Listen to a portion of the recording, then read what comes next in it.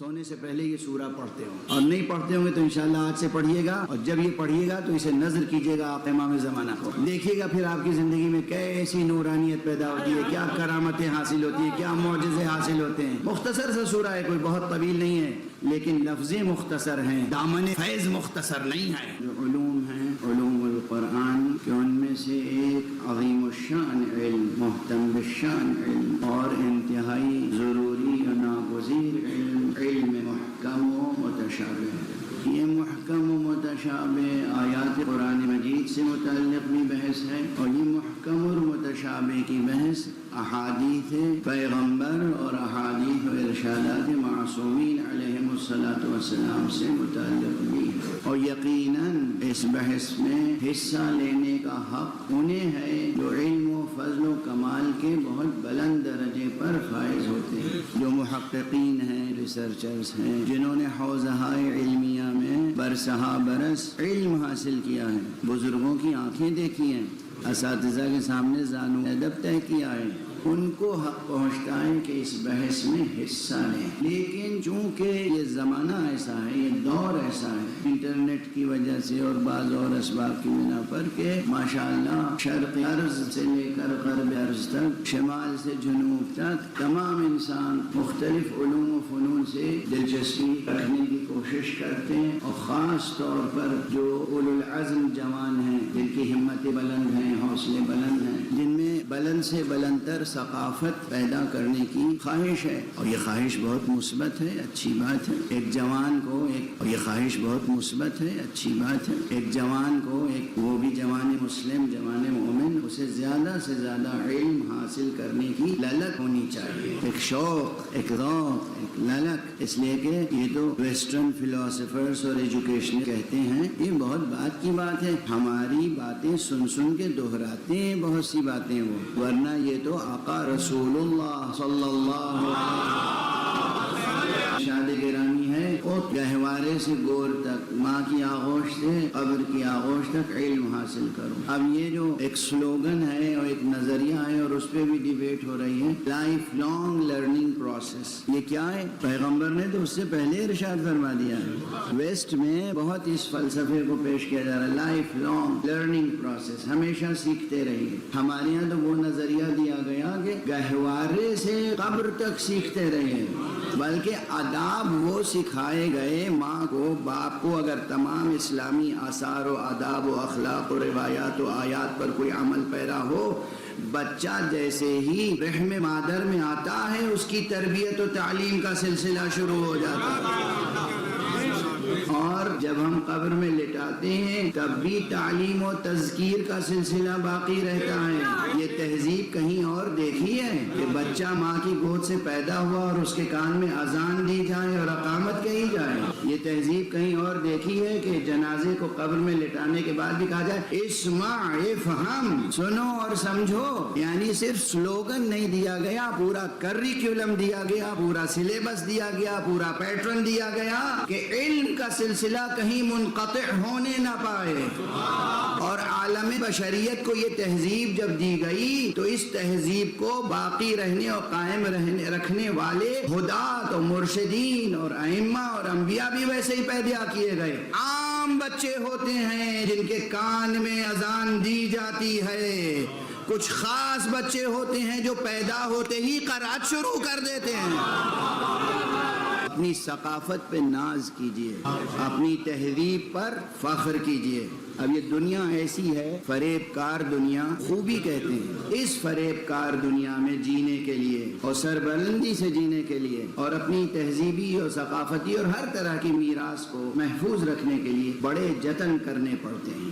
غافل نہ ہو جائیے گا۔ جیسے میں نے کل یہاں تک بات پہنچی تھی، جو ایک اہم بحث تھی کہ کیا اللہ کوئی ایسی کتاب نازل نہیں فرما سکتا تھا جو پوری کی پوری محکم ہو؟ یہ اہم بحث تھی، اور میں نے عرض کیا کہ جی ہاں، اس کی جہت سے تو ہر چیز ممکن ہے، مگر ہماری جہت سے یہ ناممکن ہے۔ زبان کے تعلق سے ناممکن ہے، وہ اسالیب بیان کے تعلق سے ناممکن ہے، انسان کے ذہن کے تعلق سے ناممکن ہے کہ پوری کی پوری کتاب متشابہ ہو۔ اسی طرح یہ بھی ناممکن ہے کہ متشابہ حقیقتوں کی گرہ کشائی ہر شخص کر لے. بھئی اگر ہر شخص کر لے گا تو متشابہ کیسے رہ جائے گا؟ یہ اب ایک جملے میں عرض کروں، حق سبحانہ و تعالی نے قرآن مجید میں متشابہ آیتیں رکھی ہی اس لیے ہیں تاکہ کوئی رسول کے مقابلے میں آ کے یہ نہ کہے کہ کتاب کافی ہے. اور اس بحث کی شاہ کلید کیا ہے؟ تمام متشابہ آیتوں کو کون محکم بنا سکتا ہے؟ کوئی نہیں. وما يعلم تأویلہ الا اللہ والراسخون فی العلم. اب یہاں جو دو مسلک ہیں اس کی طرف میں اشارہ کیا صراحت سے کہہ چکا ہوں. کچھ لوگ الا اللہ پہ رک جاتے ہیں اور کچھ والراسخون فی العلم، واو جو ہے اسے عطف مانتے ہیں. اللہ اور راسخون فی العلم یہ متشابہات کی تعویل سے واقف ہیں، یہ علم رکھتے ہیں. اب بس ہم تو کیا ہیں، معمولی سے طالب علم، بلکہ شاید اگر یہ کہیں تو بجا ہوگا کہ میرے احساسات ہیں کہ ہم تو ابھی قاعدے کے طالب علم بھی نہیں بنے ہیں. علماء کا مرتبہ تو بہت بلند ہوتا ہے. تو میں اب اپنی رائے کے جو رائے بھی میں نے عرض کی کہ ہاں یہاں پر اللہ اور راسخون فی العلم یہ عطف ہے. اس میں امام راحل، امام انقلاب اسلامی، امام امت اسلامی، مجدد ملت و مجدد شریعت حضرت آیت اللہ العظمی خمینی رضوان اللہ تعالی علیہ، ان کی بھی رائے ہے. اور ان کی رائے یہی ہے، وہ کہتے ہیں کہ یہاں واو عطف ہے اور یہ متشابہات کا علم، اس کی تعویل اللہ کو معلوم ہے اور اللہ نے راسخون فی العلم کو یہ تعویل بتائی ہے. یہ امام خمینی کی رائے ہے. جو لوگ نعوذ باللہ 100,000 بار نعوذ باللہ حضرت امام خمینی کے بارے میں مختلف رائے رکھتے ہیں، انہوں نے کتابیں تو ان کی پڑھی نہیں.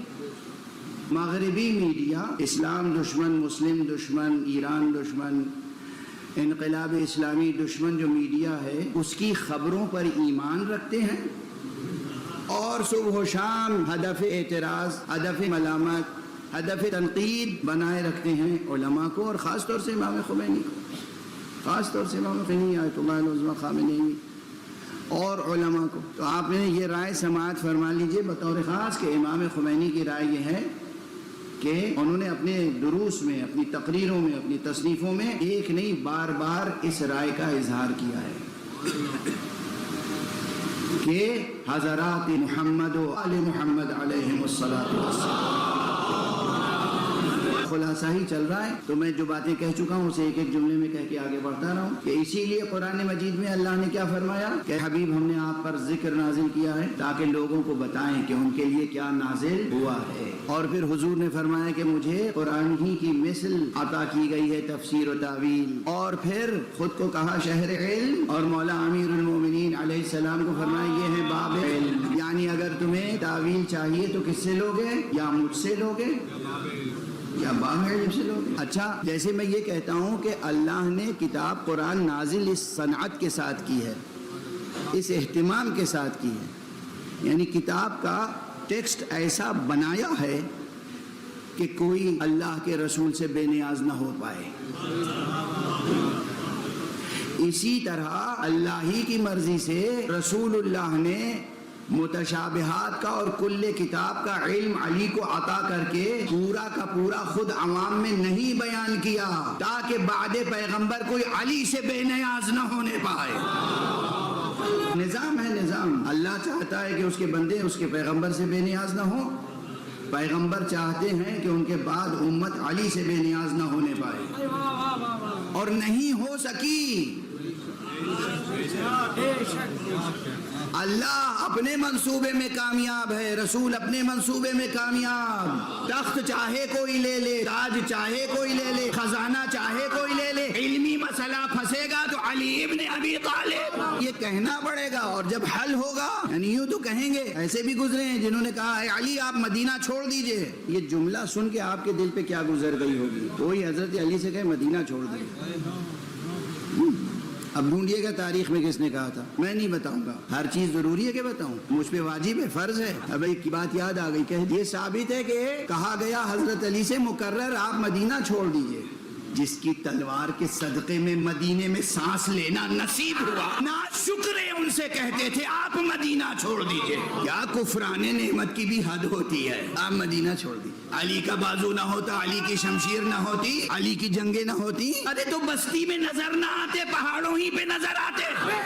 خدا کی قسم کیا تاریخ ہے مسلمانوں کی اور کیا مظلومیت ہے امیر المومنین کی. جب ضرورت پڑی یا ابو الحسن یا علی، اور پھر جب کام نکل گیا تو فوراً اعتراف بھی کرتے تھے، لولا علی لہلک، علی نہ ہوتے تو میں ہلاک ہو جاتا. دست دعا بلند کرتے تھے، پروردگار اس دن کے لیے مجھے زندہ نہ رکھنا جس دن کوئی مصیبت ہو اور حل کرنے کے لیے علی نہ ہو. دعا موجود ہے. اور اس کے بعد پھر ایسے بھی لوگ پیدا ہو جاتے تھے کہ جو کہتے تھے علی آپ مدینہ چھوڑ دیجئے. تاریخ ہے، تاریخ کیا شکر گزاروں کی تاریخ ہے، کیا عرفان جمیل سمجھنے والوں کی اور اس کا حق ادا کرنے والوں کی تاریخ ہے، کیا شکر منعم ادا کرنے والوں کی تاریخ ہے. کہتے تھے چھوڑ دیجئے مدینہ، اور پھر جب ضرورت پڑتی تھی تو کس کا منصوبہ مکمل ہوا؟ اللہ کا اور رسول کا یا دوسروں کا؟ اللہ کا منصوبہ، اللہ کا منصوبہ. علی سے نہ کل بے نیاز ہو سکتی تھی امت، نہ آج بے نیاز ہو سکتی ہے امت، نہ قیامت تک بے نیاز ہو سکے گی امت. روز محشر حدیث ہے، صحیح بخاری کی حدیث ہے، ارشاد فرمایا ہے امیر المومنین علیہ الصلوۃ والسلام نے سورہ جاسیہ کی ایک آیت کی تفسیر میں کہا روز قیامت پہلا شخص جو اپنا حق طلب کرنے کے لیے کھڑا ہوگا اللہ کے حضور میں وہ میں ہوں گا. سب سے پہلا شخص جو کھڑا ہوگا خدا کے سامنے، علی علیہ السلام نے فرمایا وہ میں ہوں گا. ارے بتائیے کوئی تو حق علی کا ضائع ہوا ہوگا نا جو اللہ کے سامنے کھڑے ہوں گے. کوئی اور کسی اور کتاب سے میں نے روایت نہیں پڑھی ہے. انا اجسو بین یدی اللہ یا بین یدی الرحمن، سب سے پہلے اللہ کے محضر میں میں کھڑا ہوں گا، میں اپنا حق طلب کرنے کے لیے. اب بتائیے کون سا حق ہے علی کا جو ضائع ہوا ہے؟ سب پوری امت شامل ہے حق ضائع کرنے میں، پوری امت. ہم کون سا ہوئی اسی کی تھی. حق تو یہ ہے کہ حق ادا نہ ہوا، ہم کون سا حق ادا کر رہے ہیں؟ مولا امیر المومنین کے کلمات کو سمجھنا، ان کے پیغام کو سمجھنا، ان کی تعلیمات کو سمجھنا، ان کے نظام کو سمجھنا، اس پہ عمل کرنا، اس نظام کو نافذ کرنا، اس نظام کو نافذ کرنا. جہاں نظام علوی نافذ کیا جاتا ہے وہاں تو آپ احتجاج کرنے لگتے ہیں، اس کے اوپر اعتراض کرنے لگتے ہیں. تو ہم کون سا حق ادا کر رہے ہیں؟ اب سورہ مبارک ملک میں آئیے. سورہ مبارک ملک، تبارک الذی بیدہ الملک وہو علی کل شیء قدیر. خوش قسمت ہوں گے وہ لوگ جو ہر شب سونے سے پہلے یہ سورہ پڑھتے ہوں، اور نہیں پڑھتے ہوں گے تو انشاءاللہ آج سے پڑھیے گا، اور جب یہ پڑھیے گا تو اسے نظر کیجیے گا آقا امام زمانہ کو. صلوات پڑھیے محمد، دیکھیے گا پھر آپ کی زندگی میں کیسی نورانیت پیدا ہوتی ہے، کیا کرامتیں حاصل ہوتی ہیں، کیا معجزے حاصل ہوتے ہیں. مختصر سا سورہ ہے، کوئی بہت طویل نہیں ہے، لیکن لفظیں مختصر ہیں، دامن فیض مختصر نہیں ہے.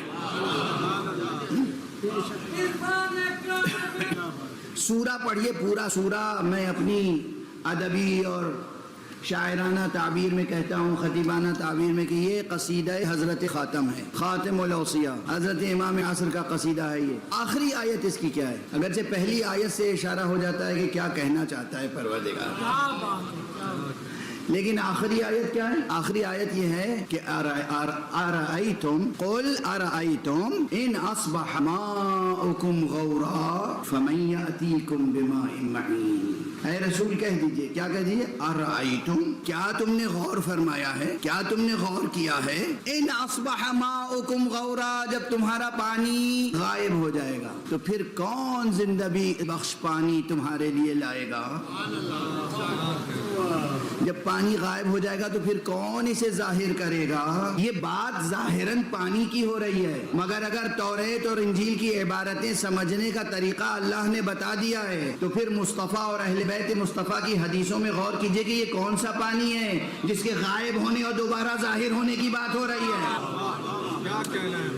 تو معلوم ہو جائے گا کہ یہ کسی اور کا تذکرہ نہیں ہے بلکہ معصوم نے بتایا، اہل بیت عطرت مصطفیٰ نے بتایا کہ یہاں اس ماء سے مراد کوئی اور نہیں، وہ آبشار ہدایت ہے، وہ بحر علم الہی ہے، وہ بحر العلوم قرآن ہے کہ جو ہادی آخر الزمان ہے. یہ اس کی طرف اشارہ ہے، اس کی غیبت کا بھی ذکر ہے، ظہور کا بھی ذکر ہے. افرأيتم ان اصبح ماؤكم غورا فمن يأتيكم بماء معين. اچھا جیسے اللہ رسول کی بعثت پہ رسول کو بھیجتے وقت ناز کرتا ہے, هو الذی بعث فی الامی, وہی ہے کہ جس نے امین میں بھیجا, اسی طرح یہاں ایک ناز کا انداز ہے کہ جب غائب ہو جائے گا تو کون لائے گا اسے دوبارہ, یعنی یہ میں ہوں, میں, مجھے پہچانو. اگر مجھ پر یقین رکھتے ہو, اگر خدا کو قادر مطلق جانتے ہو تو یہ سوال نہ کرو کہ اب تک زندہ کیسے ہیں, کیسے پردہ غیب میں ہیں, کیسے ظہور فرمائیں گے, ہیں تو کہاں ہیں. ہم نے تو ٹیلیسکوپ لگا کے پوری کائنات کو دیکھ لیا, کہیں نظر نہیں آئے. ارے سامنے کی آیت پہ جب وہ پردہ ڈال دے تو سمجھ میں نہیں آتی. وہ کسی کو پردہ غیب میں رکھے تو کیا اس کے ڈالے ہوئے پردے کو تم چاک کر سکتے ہو؟ وہ ہیں پردہ غیب میں ہیں اور وہ اپنی ثنا کر رہا ہے, پروردگار اپنی ثنا کر رہا ہے. کون ہے جو لے کے آئے گا؟ تم نہیں لاؤ گے, تم جسے بھی لاؤ گے وہ جھوٹا ہوگا.